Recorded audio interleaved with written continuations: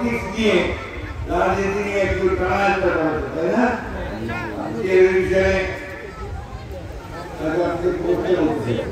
আমরা ভাইয়া আমাদের সাংবাদিক ভাইয়া যেখানে টপ করছে একটা খবর দিল বিএনপির মহাসচিব আসছে কি বলে শোনা যায়, ঠিক না? ওই ইলেকশন সম্পর্কে সনদ সম্পর্কে একটা দল বলতে গণভোট হতে হবে নির্বাচনের আগে, তাই না? একটা দল আমরা বলছি নির্বাচনের নির্বাচনের দিনে যাও।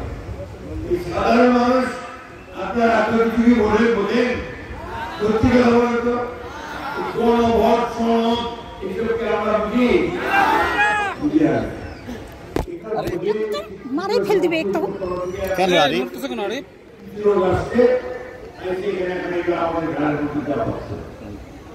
আমার মায়ের যতগুলো পরিবর্তন করতে চায়, সংস্কার করতে চায়, সেটা আমরা রাজি আছি। কিন্তু যেটা রাজি হবো সেটা শুধু আসবে, যেটা রাজি হবো না সেটা পার্লামেন্টে যাবে। পার্লামেন্টে গিয়ে আপনারা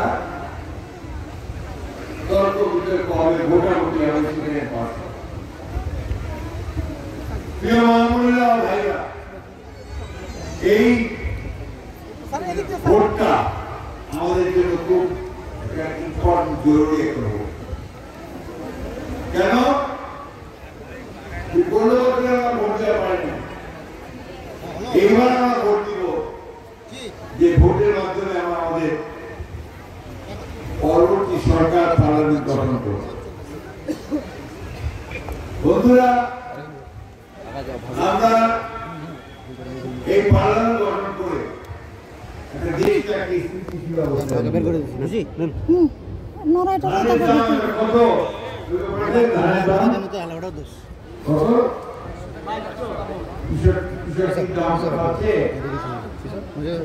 দাম নাই, আলুতে ওরকম ঠিক না? আলু আসতেছেন না, তাই না? ঠিক না?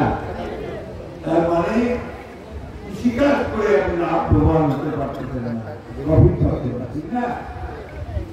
আমরা যে পরিবর্তন করতে চাই, আমরা যদি বিএনপি সরকারে আসি, কৃষক যেন তার যে ধান বলেন, আলু বলেন, যেটা উৎপাদন করে তার জন্য যেন সে ন্যায্য দাম পায়, সেই ব্যবস্থাটা আমরা করতে চাই। ঠিক আছে কিনা বলেন? সেটাই জানতো আপনাদেরকে। ইনশাআল্লাহ সেই কাজটা আমরা করব। আমার পাশে নালগুলো করলা লাউ দাম নেই, ঠিক আছে? করলার দাম নেই, আমাদের সবজির দাম নেই। কারণ এই যে সরকারটা এখন আছে, এই সরকার থেকে বলে আপনার অন্তর্বর্তীকালীন সরকার, অর্থাৎ ভোট করে আসেন। কিন্তু আমরা সবাই মিলে তাকে দায়িত্ব দিয়েছি, হাসিনা পাওয়ার পরে সেই দেশটা হবে, এবারকে নির্বাচন করবে, তাই না? দুঃখের কথা হচ্ছে এই সরকারটার পেছনে তো মানুষ নাই, তো মানুষের যে কষ্ট সেগুলো কি সরকার বুঝে না। কৃষকের কষ্ট কোথায়, সমস্যা কোথায়, এই সরকার বুঝে না। বন্ধুগণ, আমরা এই কৃষকের সমস্যা সমাধান করতে চাই।